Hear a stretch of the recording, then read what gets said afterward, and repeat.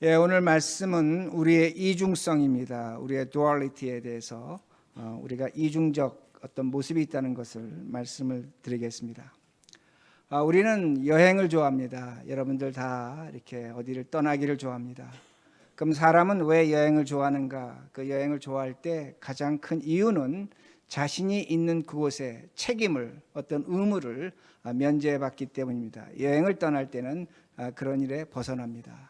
그러게 심리적으로 여행을 떠난 것 좋아하는 것 이유는 어떤 의무와 책임을 벗어나기 때문입니다. 그러게 사람을 호모 바이타라고 합니다. 바이타라는 것은 여행한다는 의미고, 인간은 여러 가지 특성을 갖고 있는데 연장을 사용하고 유의 본능이 있고, 그 중에 하나가 인간은 한 곳에 머무르지 않고 떠나는 그 속성을 갖고 있습니다. 그래서 사람은 여행하는 존재라고 그렇게 말합니다. 우리가 이민을 왔습니다. 이민도 여행입니다. 그리고 유학 왔습니다. 유학도 여행이라는 겁니다. 그런데 제가 좀 전에 말씀드린 그 라틴어 바이타라는 단어에서 트래블러 변형 그 단어가 바뀌게 됩니다.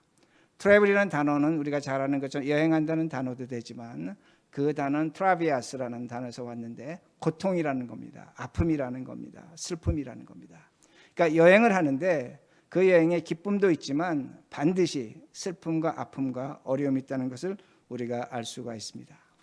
우리 모두 인생을 살아갑니다. 인생이란 여행을 살아가고 있다는 겁니다. 그 인생의 여행을 통해서 행복을 추구합니다. 성공을 추구합니다. 그러나 우리의 인생 여정 속에 그 성공과 행복도 있겠지만 슬픔이 있습니다. 아픔이 있습니다. 고난이 있다는 겁니다. 그것이 바로 우리의 인생의 여행이라는 것을 우리가 인정할 수밖에 없습니다. 그러기에 우리의 삶은, 인생은 이중성이 있다는 겁니다. 그런데 이런 이중성이 우리의 삶에도 있지만 우리의 신앙에도, 우리의 믿음에도 분명하게 나타난다는 겁니다. 오늘 본문 읽어주신 시편 71편 저자가 누구인가 설왕설래합니다. 그런데 저는 예레미야로 그렇게 봅니다. 우리가 예레미야의 삶을 보면 성공이 있었습니다. 그러나 실패가 있었고, 기쁨이 있었습니다. 그러나 슬픔이 있었고, 또한 높음이 있었지만 낮아짐이 있었다는 겁니다. 예레미야 삶도 우리와 같은 이중적이라는 것을 우리가 알 수 있습니다. 그러게 오늘 시편 71편을 비탄의 시라고 합니다. 슬픔의 시라고 합니다. 우리가 볼 땐 멀쩡한 시인데 왜 비탄과 슬픔이 되는가? 전반부는 아픔이 있는 겁니다. 어려움이 있는 겁니다. 하나님 우리를 구해 주십시오라고 그렇게 부르짖고 있습니다. 그러나 후반부에 가면 하나님을 찬송합니다. 하나님의 영광을 나타내고 있다는 겁니다. 시 자체도 이중적입니다. 그럼 예레미야는 어떤 사람인가입니다. 예레미야도 우리와 같이 이중적 그런 삶을 살았다는 겁니다. 여러분, 예레미야라는 그 이름은 히브리어로 떨어진다는 겁니다. 그럼 어디서 떨어졌는가? 엄마의 자궁 속에 떨어졌다는 겁니다. 그러니까 예레미야라는 이름은 낙태를 당했다는 겁니다. 낙태를 당한 자입니다. 여러분, 유대인들은 낙태당한 자는 하나님께 버림받은 자입니다. 하나님이 쓰지 않는 자입니다. 그래서 태에서 버린 겁니다. 그런데 예레미야 이름 자체는 낙태를 당한 자라는 것을 우리가 알 수 있습니다. 그는 또 하나님으로부터 버림을 당했습니다. 그러게 예레미야서 20장 14절과 15절을 보면 어떤 말씀이 나오냐면 내가 태어난 날은 내가 저주받은 날이라는 겁니다. 생일이 저주받은 날이라는 겁니다. 그리고 그는 말하기를 나의 어머니는 나를 출산했지만 복이 없는 여자라고 그렇게 말합니다. 그리고 나의 아버지가 내가 태어난 소식을 들었는데 그 소식을 전하는 자는 하나님으로부터 천벌을 받아야 된다고 그렇게 말합니다. 그러니까 자기 자신에 대한 저주가 있는 겁니다. 자기 자신에 대한 아픔이 있는 겁니다. 이것이 예레미야라는 겁니다. 그럼 왜 그런가입니다. 무엇 때문에 예레미야는 이렇게 아파하는가입니다. 예레미야는 하나님의 말씀대로 예언했습니다. 근데 그 예언을 했는데 그 예언한 대로 그가 어떤 영광과 승리를 누리는 것이 아니라 예언하는 것마다 그는 고통을 당했습니다. 고난을 당했습니다. 슬픔을 당했습니다. 예레미야는 하나님 말씀대로 살았습니다. 그렇게 살려고 노력했습니다. 근데 노력했지만 하나님께서 그에게 주는 보상과 대가가 없습니다. 복이 없었다는 겁니다. 그러게 예레미야서를 보면 예레미야가 한 번은 이렇게 얘기합니다. 그럼 하나님 나 지쳤습니다. 나 더 이상 예언하지 않겠습니다. 근데 하나님이 다시 한번 하라는 겁니다. 어떤 예언을 하라고 하냐면 유대가 바벨론에게 망한다는 겁니다. 그 예언했습니다. 어떻게 됐습니까? 전설에 의하면 그는 애굽으로 끌려갔습니다. 그리고 돌에 맞아 죽었다고 그렇게 역사는 기록하고 있습니다. 도대체 뭔가입니다. 평생 하나님의 사람으로 하나님의 뜻대로 살았습니다. 근데 그에게 주어진 것은 정말로 삶의 저주입니다. 낙태당한 자라는 겁니다. 그저 떨어진다는 겁니다. 밑으로 떨어진다는 겁니다. 우리도 마찬가지입니다. 우리도 낙태당한 자입니다. 여러분 중에 건강하게 잘 지내시다가 질병 하나로 낙태를 당합니다. 삶이 다 무너집니다. 갖고 있던 것, 누리던 것 한순간에 아무런 쓸모없다는 것을 그렇게 느낄 수밖에 없습니다. 질병 하나로 그렇게 됩니다. 어떤 분들은 누군가 말 한마디 했습니다. 그 말 한마디로 낙태를 당합니다. 마음의 상처를 받았다고 합니다. 밤잠을 자지 못합니다. 말 한마디에 사람이 꼬꾸라지는 겁니다. 낙태당하는 겁니다. 또 우리도 마찬가지입니다. 우리 인생에 가장 중요한 사람들이 있었습니다. 그 사람들이 내 곁을 떠났을 때 우리는 어찌할 바를 모릅니다. 낙태당한 겁니다. 그러기에 오늘날 우리의 삶을 보면 우리는 떨어지는 것들이 있습니다. 낮아지는 것들이 있습니다. 낙태를 당하고 있다는 그 말씀이 됩니다. 그러기에 하나님께서 오늘도 우리를 어떻게 바라보고 계신가요? 때로는 하나님이 우리를 낙태시킵니다. 그리고 우리가 삶에서 낙태를 당합니다.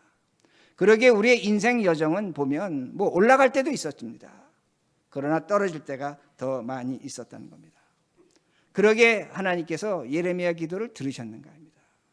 여러분, 예레미야 예가가 있습니다. 그건 눈물의 예언자입니다. 눈물의 기도했습니다. 수없는 기도를 했습니다. 그럼 하나님께서 그 기도를 들으시고 예레미야가 응답하셨는가? 우리는 거기에 대해 질문을 던질 수밖에 없습니다. 우리가 원하는 대답을 하나님께서 해주셨는가? 해주시지 않았다고 그렇게 생각해야 됩니다. 오늘도 마찬가지입니다. 오늘도 내가 떨어졌습니다. 낙태당했습니다. 하나님께 기도합니다. 여러분, 올라갔습니까? 얻었습니까? 그러므로 오늘날 우리는 어떻게 살아야 되니까 질문할 수밖에 없다는 겁니다. 그러면 우리가 이런 낙태를 당한 자로서 우리가 바라보고 있는 세상은 어떠한가입니다. 세상도 낙태를 당하고 있습니다. 여러분, 미국은 250년 된 가장 역사가 짧은 나라입니다. 세계 역사에서 다른 나라 비교해보면 미국은 역사가 짧습니다. 근데 세계 최강 국가가 됐습니다. 무엇 때문에 됐습니까? 우리가 뭐 여러 가지로 얘기할 수 있겠지만, 뭐 하나님 복 주셨다 그렇게 얘기할 수 있겠지만, 미국이 세계 최강이 된 것은 세계 최초로 민주주의를 했습니다. 세계 최초로 자본주의, 자유경제주의 제도를 도입했습니다. 그러다 보니까 미국의 자원과 여러 가지 이론에서 미국이 지금 세계 최강이 됐다는 겁니다. 그런데 미국이 지금 낙태당하고 있습니다. 흔들리고 있습니다. 세상도 낙태당합니다. 여러분, 인종적 갈등을 조장하는 거짓말로 인해서 미국의 민주주의가 흔들리고 있습니다. 미국에서 매년 3만에서 5만 명 가까이 총에 맞아 죽습니다. 뭐 여러 가지 이유가 있겠죠. 이게 전쟁터가 아니고 뭔가입니다. 우리가 살아가는 미국이 과연 과거에 우리가 생각했던 그런 낙원과 같은 나라인가? 아니라는 겁니다. 그리고 제가 좀 전에 말씀드린 것처럼 자본주의, 자유경제제도를 도입했습니다. 그러나 가장 극렬한 차이가 나는 것, 빈부의 차이가 나는 것, 미국입니다. 종업원과 사장의 봉급 차이가 몇백 배가 납니다. 1000배 가까이 납니다. 이것이 바로 오늘날 살아가는 우리라는 겁니다. 분열되고 있다는 겁니다. 세상이 떨어지고 있다는 겁니다. 세상만 떨어지고 있습니까? 자연도 환경도 떨어지고 있습니다. 여러분, 지금 우리 자녀들, 우리 후손들 보면 어떨 땐 저는 정말로 가슴 아픕니다. 얘네들이 과연 어떤 시대를 살아가고 어떤 환경에 살아가실 것인가? 환경과 기후의 변화로 지금 세상은 달라지고 있는 것을 우리가 겪고 있습니다. 우리가 이 시대를 보고 어떻게 살아야 되는가? 여러분, 그것뿐입니까? 오늘날 기술과 문화는 그 누구도 통제하지 못합니다. 인공지능에게 나왔지만 그걸 누가 통제합니까? 어떻게 다룹니까? 거기에 우리 자녀들이 노출되어 있습니다. 그대로 받아들이고 있다는 겁니다. 그러기에 때로는 그들과 우리 교인들이 얘기합니다. 얘기하면 그 애들의 생각과 문화가 도저히 이해하지 못하겠다는 겁니다. 마치 다른 우주에서 온 외계인 같다고 그렇게 말합니다. 우린 다 낙태당하고 있습니다. 개인적으로도 낙태를 당하고 세상도 낙태당하고 신앙으로도 낙태를 당하고 있다는 겁니다. 그러면 우리가 하나님께 기도하면 제가 좀 전에 말씀드린 것처럼 우리가 하나님께서 우리를 올려주시는가? 올려주지 않습니다. 아니 목사님이 어떻게 그렇게 설교합니까? 우리가 교회 왜 나옵니까? 우리가 기도하면 하나님께서 응답하신다고 설교해야 되지 왜 그렇게 말씀하시는가? 제가 말씀드리는 것이 성경이 그렇게 가르쳐 줍니다. 에레미야가 눈물의 기도했지만 하나님 듣지 않으셨습니다. 그러면 하나님 우리에게 뭘 가르쳐 주시는가 합니다. 시편 71편을 통해서 예레미야 삶을 통해서 우리가 살아가야 될 길을 이 어려운 시대, 힘든 시대, 눈물의 시대, 떨어지는 시대를 어떻게 살 것인가를 알려주신다는 겁니다. 이중성을 알려주신다는 겁니다. 그러게 8절입니다. 오늘 본문 8절 주를 찬송함과 주께 영광 돌림이 종일토록 내 입에 가득하나이다. 자, 예레미야가 하나님을 찬송합니다. 시의 전반부는 고통과 고난을 당하는 겁니다. 피할 길을 찾는 겁니다. 근데 피하는 중에 하나님을 찬송하고 있다는 겁니다. 근데 저 찬송이 이중적이라는 겁니다. 왜냐하면 한쪽으로는 하나님의 소리를 듣습니다. 그러기에 하나님을 찬송합니다. 근데 다른 한쪽으로는 누구의 소리를 듣냐면 원수의 소리, 세상의 소리를 듣는다는 겁니다. 10절과 11절입니다. 10절과 11절 내 원수들이 내게 대하여 말하며 내 영혼을 엿보는 자들이 서로 꾀하여 이르기를 하나님이 그를 버리셨은즉 따라잡으라 건질 자가 없다 하오니. 여러분 지금 저 말씀이 누구에게 하는 말씀입니까? 예레미야가 스스로 하는 말입니다.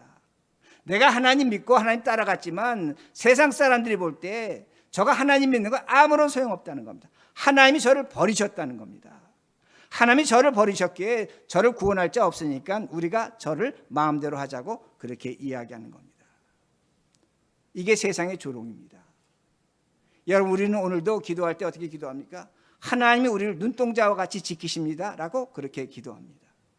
근데 세상 사람들이 꼭 우리를 조롱합니다. 하나님이 너희들을 정말로 예수 믿는 너희들을 눈동자와 같이 지켰다면 어떻게 코로나 걸릴 때 똑같이 코로나 걸리냐? 어떻게 우리가 당한 어려움, 슬픔 너희는 똑같이 당하느냐? 하나님 믿는 증거를 대보라고 얘기합니다. 여러분 하나님 믿는 증거 대보라고 할 때 여러분 뭘 되겠습니까? 나 교회 다닌다 그 말로 하시겠습니까? 우리는 그 조롱에 반박하지 못한다는 겁니다. 세상 사람들이 얘기합니다. 너가 예수 믿고 하나님 믿었지만 기껏해야 나보다 낫지 않다는 겁니다. 어떤 면에서 나보다 못하다고 얘기하는 겁니다. 그리고 더 나가서 하나님이 우리를 벌 주시고 있다고 얘기합니다. 제가 오래전에 어떤 집을 신방했는데 그분의 어머니께서 말씀하십니다. 돌아가신 분입니다. 목사님 우리는 예수를 믿습니다. 예수를 믿었는데 우리 일가 친척들이 다 말합니다. 예수 믿고 이 집안은 망했다고 얘기합니다. 망했다는 겁니다. 그런데 그분은 예수 믿고 돌아가셨습니다. 자, 그런 소리를 듣는다는 겁니다. 세상 사람들이 볼 때 예수 믿고 잘 되는 것이 아니라 오히려 망하는 것으로 그렇게 보고 있다는 겁니다. 그러기에 우리가 이것에 반복하지 못한다는 겁니다. 왜 우리가 반박하지 못합니까? 오늘날 우리는 하나님이 어디 계신가를 알지를 못합니다. 여러분 우리에게 한 가지 분명한 중요한 사실은 우리가 죽음 후에는 하나님을 만날 것입니다. 우리 모두 인정합니다. 그런데 한 가지 우리가 스스로 질문해야 될 것은 2022년 우리가 지금 어디서 하나님을 만나고 있는가 합니다. 하나님 어디 있는가 합니다. 저 하늘 쳐다보면 하나님 계십니까? 저 자연을 보면 하나님이 계십니까? 있는 것 같죠? 하나님 어디 계십니까? 제가 여러 차례 설명했지만 하나님은 우리의 시간 속에 계십니다. 하나님은 우리의 시간 속에 계십니다. 제가 이 말씀은 다시 반복합니다. 우리에게는 시간이 있습니다. 크로노스라는 시간이 있습니다. 시작과 끝입니다. 사람의 시간입니다. 수평의 시간입니다. 점에서 점으로 가는 겁니다. 그런데 하나님의 시간이 있습니다. 카이로스라고 합니다. 카리스, 은혜의 시간입니다. 하늘에서 밑으로 내려오는 겁니다. 수직의 시간입니다. 수평과 수직이 만나면 뭐가 됩니까? 십자가가 됩니다. 우리의 시간을 예수 그리스도의 십자가 시간으로 만든다면 거기에 하나님이 계신다는 겁니다. 아멘. 우리의 시간을 하나님의 시간으로 만들어낸다면 하나님은 그 자리에 계신다는 겁니다. 여러분 2022년에 예수님 2000년 전에 죽으셨습니다. 역사적 과거의 사건입니다. 그러나 그 시간을 우리가 땡겨 쓴다면, 하나님의 시간으로 만들어낸다면, 하나님은 오늘 우리 시간 속에 찾아 계시고 우리를 만나 주신다는 겁니다. 제가 이걸 이렇게 설명합니다. 예수님 십자가에서 달려 돌아가시면서 7마디 말씀을 하십니다. 근데 예수님께서 십자가에서 철저하게 한 가지 보여주는 게 뭐냐면 사람의 시간을 보여줍니다. 뭐라고 말씀하냐면 엘리 엘리 라마 사막다니, 나의 하나님 나의 하나님 어찌하여 나를 버리십니까? 예수님이 하나님으로부터 버림을 당하셨습니다. 예레미야와 같은 겁니다. 사람이라는 걸 강조합니다. 죄로 인한, 우리의 죄로 인해서 예수님은 사람으로서 버림을 당하셨다는 겁니다. 예수님은 낙태당하셨습니다. 우리가 똑같이 낙태당하셨다는 겁니다. 또한 예수님은 십자가에서 내가 목마르다고 하셨습니다. 인간의 한계입니다. 물을 마시지 못하면 죽습니다. 예수님은 철저한 인간의 시간이 있음을 2000년 전에 분명히 보여줍니다. 그런데 그 예수님은 십자가에서 하나님의 시간을 나타냅니다. 예수님이 죽기 전에 뭐라고 말씀하십니까? 다 이루었다고 하십니다. It is over, it is finished 그러십니다. 뭘 마치셨습니까? 우리가 볼 땐 죽는 겁니다. 사람들이 볼 땐 조롱하는 겁니다. 뭘 했냐? 십자가 위에서 죽어가는데. 근데 예수님은 승리를 선언하십니다. 내가 죽음을 이기고 사망 권세 이겼다는 겁니다. 나는 나 일 다 했다는 겁니다. 이런 말 사람이 할 수 있습니까? 저는 지금까지 많은 임종을 받지만 그 누구도 이 말 하지 못합니다. 이건 하나님만이 하시는 겁니다. 하나님의 시간이 있다는 것을 분명히 알 수가 있습니다. 그리고 예수님께서 말씀하십니다. 내 영혼을 아버지 손에 부탁하나이다. 이 말씀 뭡니까? 아, 우리는 예수님께서 죽으시는구나. 아니죠. 죽지만 말씀하시는 겁니다. 나는 살 것이라는 겁니다. 내 영혼을 하나님께서 살려주실 것을 분명히 믿고 있다는 겁니다. 예수님의 십자가의 사건을 보면 어떤 부분에 있어서 하나님의 시간만이 나타나는 겁니다. 그러므로 그리스도의 십자가는 굉장히 신비한 겁니다. 굉장히 이상한 겁니다. 철저하게 인간의 시간이 나타납니다. 동시에 하나님의 시간이 나타나고 있다는 겁니다. 그 십자가에서 뭐가 나타났습니까? 이중성이 나타났습니다. 패배에서 승리가 나타났습니다. 절망에서 희망이 나타났습니다. 슬픔에서 기쁨이 나타났고 죽음에서 부활이 나타났다는 겁니다. 이것이 십자가의 이중성입니다. 그러게 우리가 나의 시간 속에 2022년 삶 속에 나의 십자가, 오늘 기도하셨습니다. 나의 십자가를 찾는다면 하나님은 거기 계신다는 겁니다. 이 십자가에 계신 하나님이 오늘 내 시간 속에 들어온다는 말씀이 됩니다. 이중성이 나타나는 겁니다. 우리가 삶을 이해할 수 있는 겁니다. 그리고 하나님을 분명하게 만난다는 겁니다. 오늘도 많은 사람들이, 많은 신자들이 하나님이 어디 있냐고 얘기합니다. 우리가 그 질문에 대답할 수 있습니까? 대답하지 못하죠. 그러나 하나님을 믿는 자들이 찾는 이유는 나의 십자가를 찾지 않았기 때문이라는 말씀이 됩니다. 여러분, 나의 십자가 없으면 오늘 무너져가는 세상을 보고, 무너져가는 정치와 경제를 보고 정치인하고 경제인 탓합니다. 오늘도 나의 십자가가 없으면 우리 가정에 어려움이 생기면 내 아내 잘못이고 내 남편 잘못이고 내 자식 잘못이라고 말합니다. 오늘도 나의 십자가가 없으면 오늘도 우리 자녀들이 어려움 당합니다. 학교에서 어려움 당합니다. 그 어려움 당하고 불링 당하는 것 선생 잘못이라고 합니다. 교육제도 잘못이라고 합니다. 아이들이 인터넷 사용하고 뭐 사용하고 어떻게 해서 아이들이 거기 빠져 있는 것 우리가 뭐라고 얘기합니까? 세상이 망할 징조가 들어서 이것을 버려야 된다고, 뺏어야 된다고 말합니다.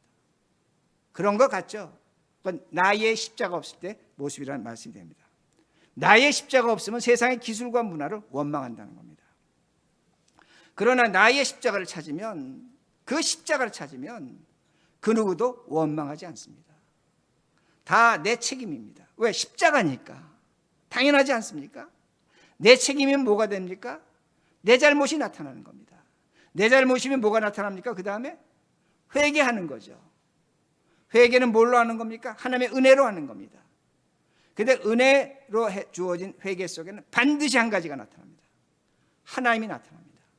어떤 하나님이 나타나냐면 내가 생각할 수 없는 걸 생각하게 됩니다. 다시 말씀드립니다. 우리가 나의 십자가를 붙잡고 내 책임으로 느끼고 하나님의 은혜 속에 회개한다면 우리는 반드시 한 가지를 생각합니다. 여러분이 지금까지 생각할 수 없는 것을 생각할 수 있다는 겁니다. 그것이 하나님의 은혜라는 겁니다.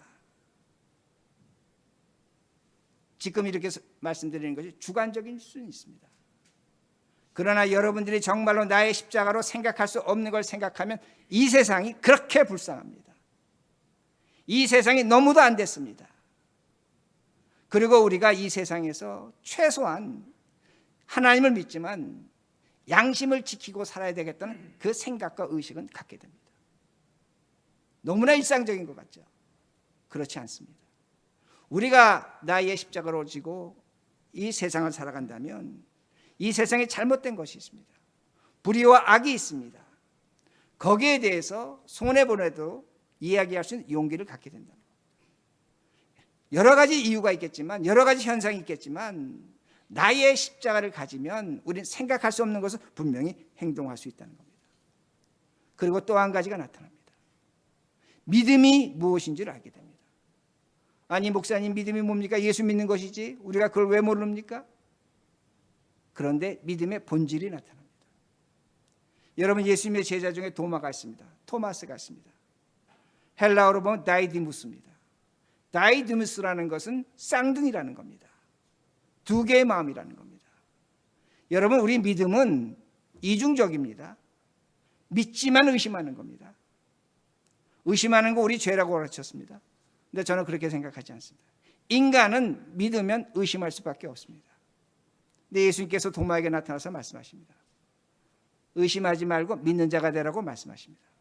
그럼 왜 예수님께서 도마에게 의심하지 말고 믿는 자가 되라고 말씀하십니까?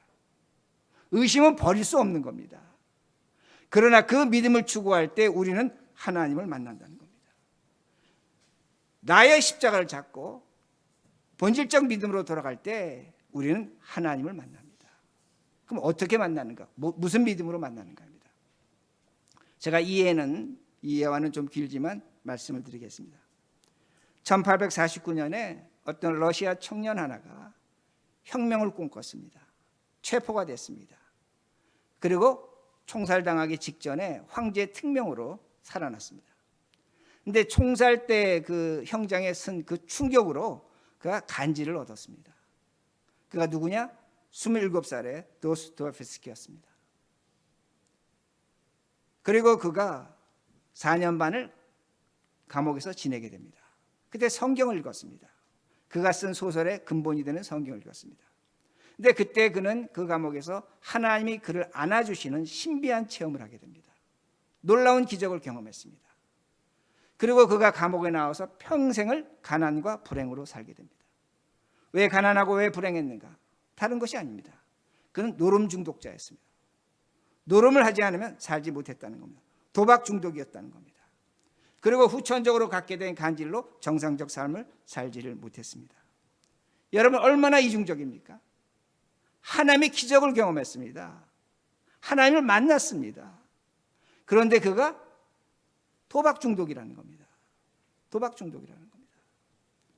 그러게 제가 즐겨 인용하고 보는 소설 중에 하나가 카라마조프가 형제 소설을 보면 이반을 통해서 그가 그의 의심, 즉 도스토옙스키의 의심을 이렇게 표현합니다. 이반하고 이제 동생 알료사하고 대화하는 겁니다. 알료사는 수도사입니다. 뭐라고 이반이 얘기하냐면 이런 얘기를 합니다. 어떤 아이가 돌을 던져서 어느 장군집에 사냥개의 다리를 다치게 했다. 그런데 그 장군이 자신이 아끼는 사냥개의 다리를 다친 것에 분노해서 그 아이를 잡아다가 벌겨벗겨서 세워놓고 그다음에 그 아이의 엄마를 불렀다. 그리고 그 아이를 그 사냥개 앞에서 뛰게 한 겁니다. 사냥개는 벌거벗은 게 뛰니까 본능적으로 짐승인 줄 알고 뛰어간 겁니다. 그 아이를 물어 죽인 그런 사건이 있었습니다. 그러면서 이반이 그 수도사, 오늘날의 목사죠, 알료스에게 질문하는 겁니다. 야, 어른은 성인은 죄를 안다. 죄를 짓는다. 그러게 죽는 것이 당연하다. 근데 그 어린아이가 죄를 아느냐? 죄를 모른다는 겁니다. 죄를 지었냐? 짓지 않았다는 겁니다.